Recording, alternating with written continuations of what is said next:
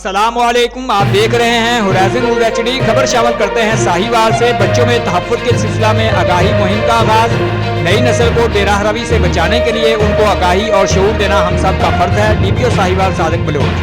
Inspector general of police Punjab Lahore سردار علی خان کے احکامات۔ RPO Sahiwal Ahmad Arsalan ملک DPO Sahiwal صادق بلوچ کی ہدایت پر عمل کرتے ہوئے inspector Muhammad Shahzad incharge anti women harassment and anti child protection cell نے 21/10/2021 کو unique public high school Sahiwal میں بچوں کے تحفظ کے سلسلہ میں ان کو آگاہی لیکچر دیا۔